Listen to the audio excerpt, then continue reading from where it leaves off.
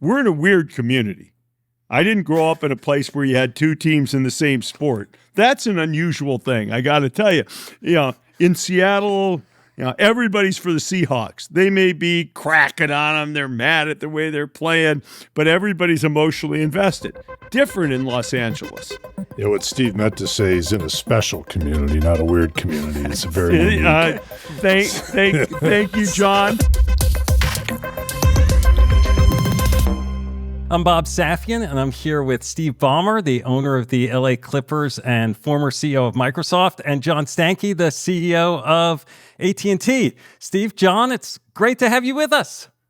Thank you. Bob, it's good to be with you. You're both in Las Vegas for AT&T's Innovation Exchange conference with the NBA. You've partnered together on the LA Clippers' new arena named the Intuit Dome. I guess, John, you were too late to get the naming rights. Is that what happened? We sometimes know we should play a supporting role, so this is the case we're doing it. So I wanted to start by asking you guys, what will make the Intuit Dome different?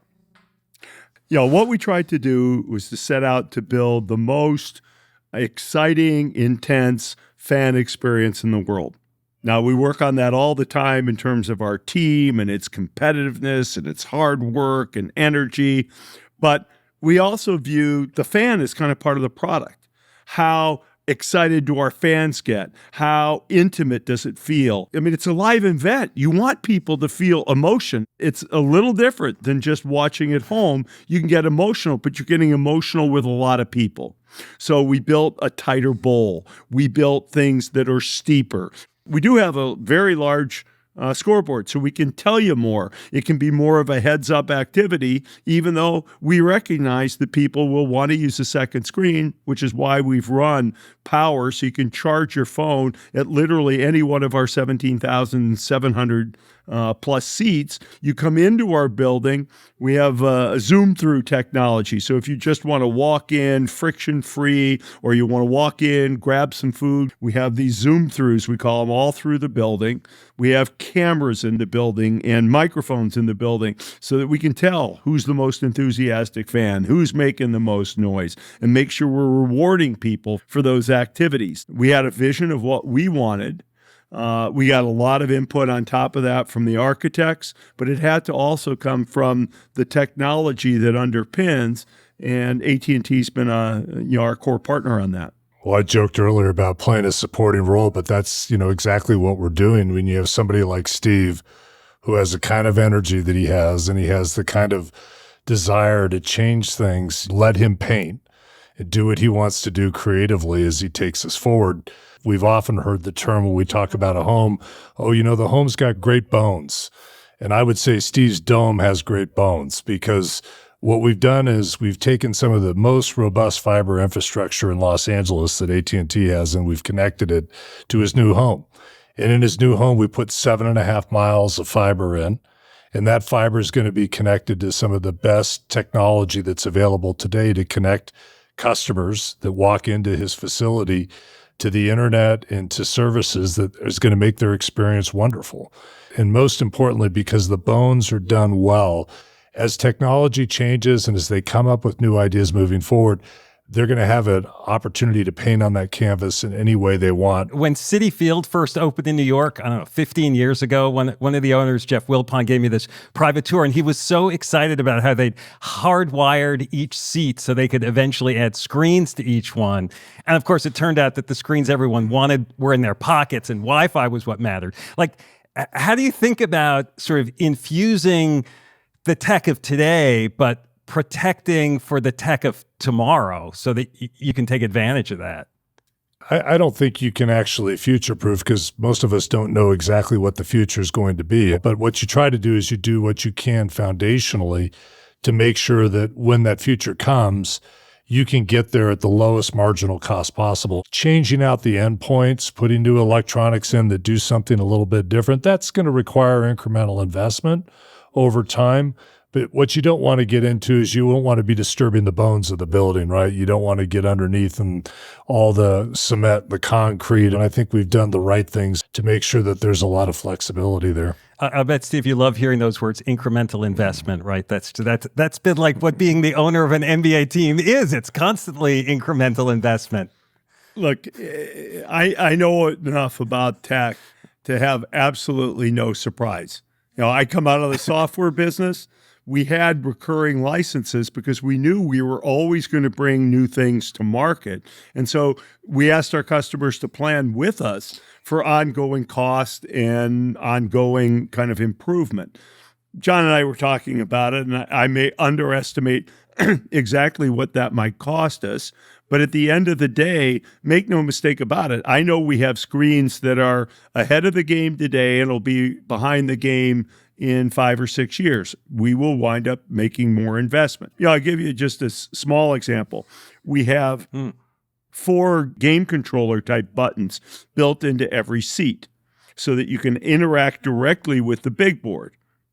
Okay, what is the wireless technology that enables that to happen? How do we reduce the latency so people really can interact? What will that look like? Let's use gamification. If you want people to be able to, earn points by activities they're engaged in the building, anticipating what the next play is, or, we can ask people to do that as long as we have the infrastructure that'll let us do that essentially in real time. I'll give you another tech challenge. Sure. Near and dear to my heart. I want to get 4 replay angles up on the screen within a second of the play being whistled dead. I want them all up there. We have the screen real estate to do it, but if you have to wait for a minute when there's a momentary pause in the game, this stuff's going to have to come, and it's got to come up, and it's got to be real time, and that requires a lot of work. And doing that fast,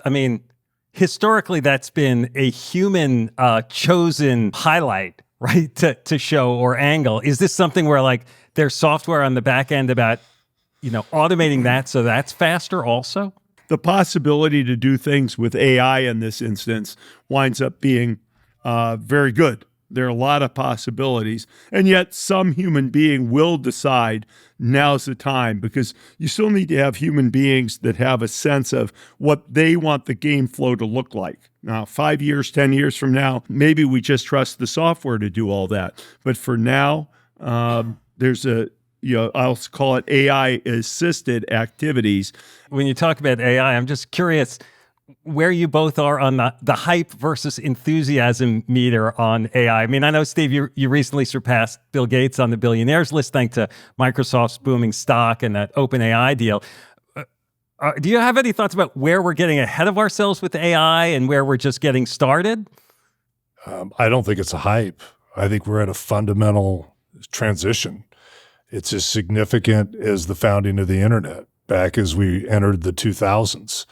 And, we sit here today, we were back in 1999, 2000 saying, this internet's all hyped up and we've got the internet bubble that burst and all these valuations were out of whack. Well, you can't sit here today and say that the internet was overhyped. And I think AI in 10 years will do the same thing for us. Yeah, there's going to be some cycles where it accelerates or it slows down.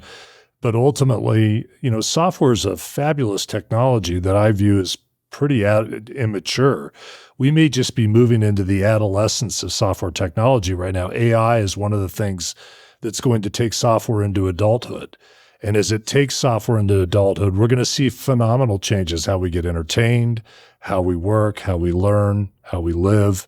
And so I don't think it's hype. I think we're at the dawn of a moment where all of us are going to look back and not remember how it was done 10 years from now. Yeah, I think it's one of these things where in the short term, people, first you get impressed, then you say, it doesn't do everything I wanted it to do. So in the long run, I think things are actually underhyped. And in the short run, they may be overhyped. But in the long run, I sort of take John's perspective. I'll tell you a small story. When I was at Microsoft, people would say, what's the new next wave? And remember, I've been gone 10 years, but my favorite scenario is the one where you can just say to your computer, get me ready for my trip to visit AT&T. And it would find our customer interactions. It would find any relevant sales data. It would assemble it the way my assistant was forced to assemble it. That was my favorite scenario. Well, today, you can't quite get there, but you can, now you get line of, and it's 10 years close. later, but you have line of sight. Yep. You have the core software infrastructure to do that. And the level of innovation you'll see on top of that, I think will be mind-blowing. Anyway, I'm enthusiastic. I should get off my high horse on this.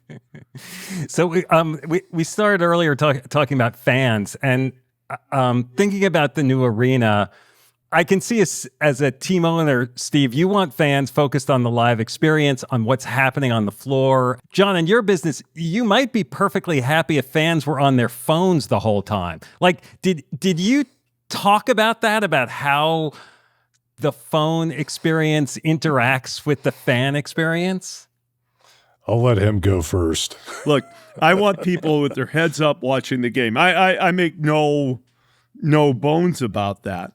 So everything you have to look down for should be something that is very niche. If it's important, we should have it up on the screen. Now, are there plenty of niches that various people will be looking for on their phone? The answer is yes. But you didn't come to the game to have your head down. You came to have your head up. But the fact that you can still be, sort of supported by your second screen, that's the world today. That's not something to be argued about or fought about. But we need to make our experience attractive enough, because I want our fans cheering. I want their head in the game. Now, with that said, I'm still pulling my phone out during the middle of the game and, okay, where did, player Charlie, where did they go to college? What pick were they in the draft? I'm not going to get everything up on our big screen. So it's clear, we're not trying to deny today's realities, and we're trying to make sure that nonetheless you're engaged in the game. There's a generation coming up that just isn't going to do anything if they're not overlapping and multitasking. That's just kind of how they've been raised, and what they do today is, as crazy as I find it, they are going to be doing two things at once. The fact of the matter is, data usage on the mobile network is going to go up 30% a year, whether Steve wants people looking at their phone at a game or not. The reality of people being a little bit distracted from multitasking, part of the design of the arena is to, in fact, play into that. And the AT&T experience aspect of this is to provide a social place where people can go, interact with AI-generated, creative, user-generated content. They can do that in a way that makes their visit to the experience relevant. That becomes content that they can pull into their life and transmit out. Those are all good things, I think, that as long as it doesn't take away from the core product, that are just going to make the experience unique as to why you go to something live, as opposed to staying anchored in your living room. I'll tell you one thing would piss me off, though. If people were actually looking at their phone to see exactly what's on the court, I'd say, man, we really screwed up our experience. So you're both in Las Vegas, so I have to ask, how much of the connectivity in the arena is about betting? FanDuel, DraftKings, attendees interested in specifics beyond sort of the final score? Yeah, I would say we did not build our arena assuming gambling was the way of interaction, because it may or may not be legal at any given point. But we built our infrastructure. I mean, it was important to ask John and his guys to do this so that we have very low latency. And whether you're gambling or a bunch of other scenarios, the latency is important. Does it bug you, Steve, that with wagering that fandom isn't always about winning and losing, but about specific moments or players or stats? I mean, I'm sure it's very different from the way that you watch the games. Is that evolution, do you feel like that's a good thing for the sport? Or just, it is what it is? It is what it is. I think if you come to our building, I don't need to worry. Most of the people who come to our building will either clearly be our fans or unfortunately we occasionally get some of the other team's fans in the building. If really you're all about wagering, you probably shouldn't come into the arena and watch. It's defocusing. It's distracting. You can only watch one game at a time. I would probably go someplace else if my primary purpose was to bet it. But maybe Vegas. Some folks say it like it keeps the game exciting for them. It's slower moments. There's all this talk about how it'll make the game better. You're not necessarily buying that. No. Look, I'm not. I do buy into it. Forget the actual gambling.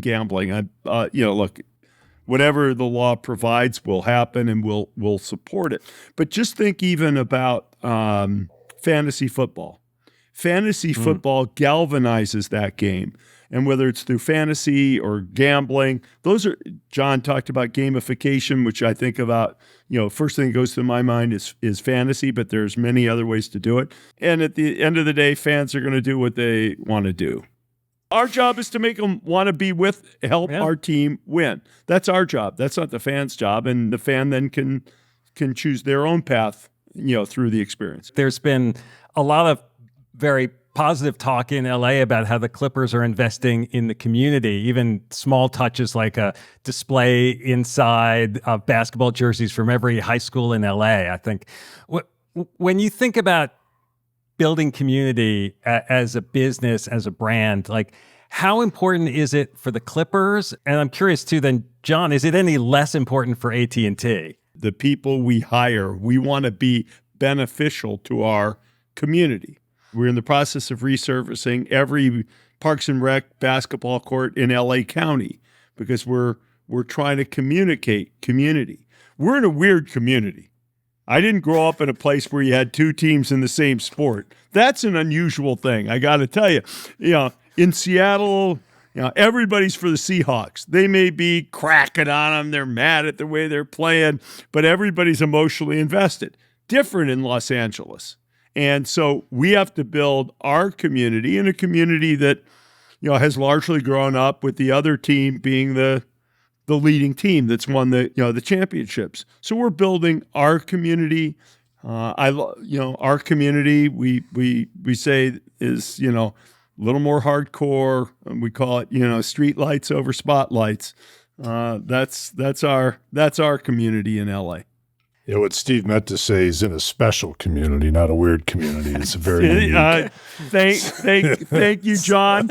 But for there's not many cities that could support two teams like that. If you haven't I think, John, remind me, you grew up in LA, if I remember correctly. I did. It's just an unusual thing, unless you've lived basically in either New York or LA, to have. Yes, I'm in New York, so I grew up, where it was all about picking sides, right? It ends up defining the community in certain ways, the side that you pick, right?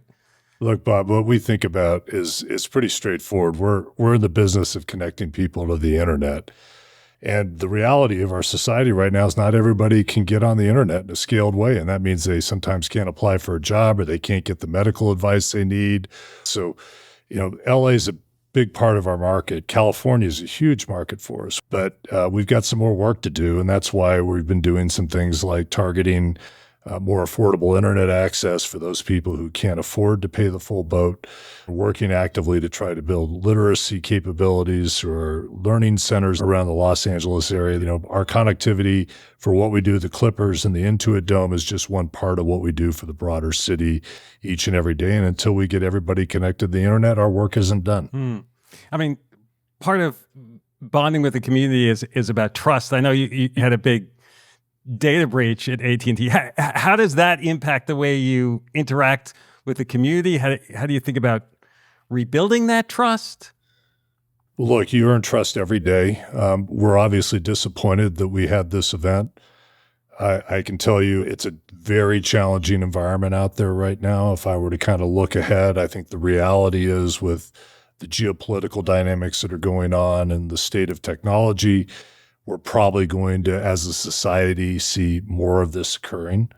I think what you do when you have an unfortunate event like this, you have to your point, make sure that you don't do anything to further damage or jeopardize that trust. I'm proud of the team and the decisions that we've made to try to mitigate and minimize the impact to our customers. And most importantly, we learn from it. We learn about what we need to do different so that we can avoid having this kind of an event, or at least a repeat of this in the future.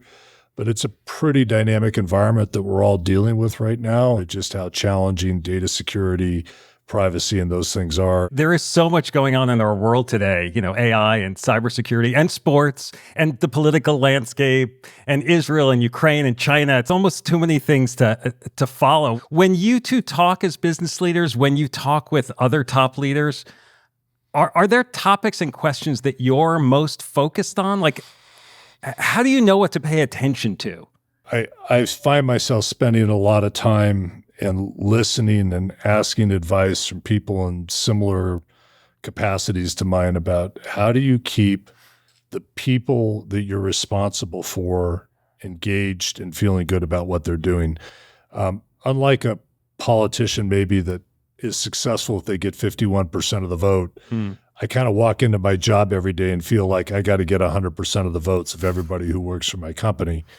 And that requires a very, very different set of skills than maybe 10 or 15 years ago. And you try to talk to anybody about, how are you navigating it? What are you doing that's working? What makes a difference? And I think we're all learning through this right now about how to work in a little bit more fragmented, polarized society to make work kind of one of those safe places where people come. Steve, do you think it's harder being a CEO now than when you were? It's been 10 years. I'm not going to count the Clippers. I think of myself as an executive chairman. I don't really run things day to day. So I don't have the job that John does and haven't for 10 years. Now, do I believe it's a tougher job in some ways? It's a different job. It's a different job. We used to joke in Microsoft, everybody got a private office. That was a real attraction point for us during the 80s and 90s. And people say these things are generational. I think a lot of things are more reflect the diversity of the workforce. Extroverts, guess what? They're happy not working in their own office. Introverts, they want to work in their own office. I think there are patterns that change, but the basic job hasn't changed. Now, do I think I would be effective in this environment? Probably not with the same style and approaches that I used, during the bulk of my career. So I respect the kind of work that John and Satya Nadella, who runs Microsoft now, CEO is a hard job. I do know that, and I know they haven't gotten any easier. And every time I see John, I am reminded nothing got any easier about being a CEO. I think everything changes. And I think, it doesn't matter whether you're a CEO, it doesn't matter whether you're a school teacher, things have changed.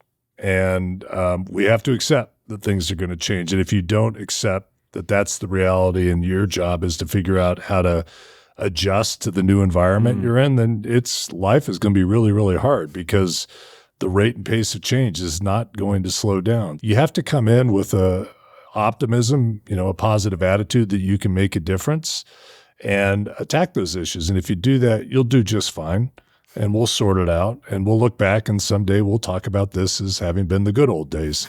But right now it feels like it's a bit of a challenge. So the first event at Intuit Dome is a concert with Bruno Mars in mid-August. Will you both be there? I certainly will be there. I am hopeful that John will be there. As he knows, he's certainly been invited. On the way up, he just mentioned it to Your me. office so, knows. And I know how it is in these big CEO offices. You don't always know these kinds of things. You should see the long list of concert invitations that are sitting on the desk of my. You picked a great opening act, though. Bruno Mars is probably one of the greatest live entertainers I've ever seen. He'll do a great job christening the center, and I hope to be there. Yeah, no, I mean, listen, live concert sales have been a little disappointing for a lot of artists this year, provided your name isn't Taylor Swift, right? Actually, I'm going to push back on that. As part of the process, even though Intuit Dome's not open, we did buy the Forum, now the Kia Forum in LA, storied music venue. And what we're finding is concert after concert, we're outperforming actually our expectations in terms of attendance. So I want to be a little more bullish on that than you are, Bob. At the risk of this being a layup, for each of you, any predictions about the upcoming NBA season? Steve, you may not be an unbiased observer here. Yeah, the Clippers are going to be one hell of a team. Hardworking, gritty, putting the effort in every day. How far that'll take us, nobody knows, particularly in the Western Conference where we compete. Basically, it's so damn competitive. Part of it will come down to good health. The Mavericks, who knocked us out last year, they came into the end of the season hot, and it, hey, they made it to the NBA Finals, which is an amazing achievement, although I'm sure they'll tell you nobody remembers who came in second place in most finals. And like us, them, we all want to win it all. I just hope the Western Conference doesn't beat the snot out of each other where they don't have enough left to win in the finals this year. That's my only concern. Somebody from the West needs to win. Guys, this was great. Thank you so much for doing it. Thank you very much. I appreciate you investing the time with us. And Steve, we're excited as hell at seeing your vision and your dream come to reality. It's good that you finally have a home that you can call your own. It's going to be exciting to watch. Well, thanks, and thanks for helping us build the best home we can. I appreciate it.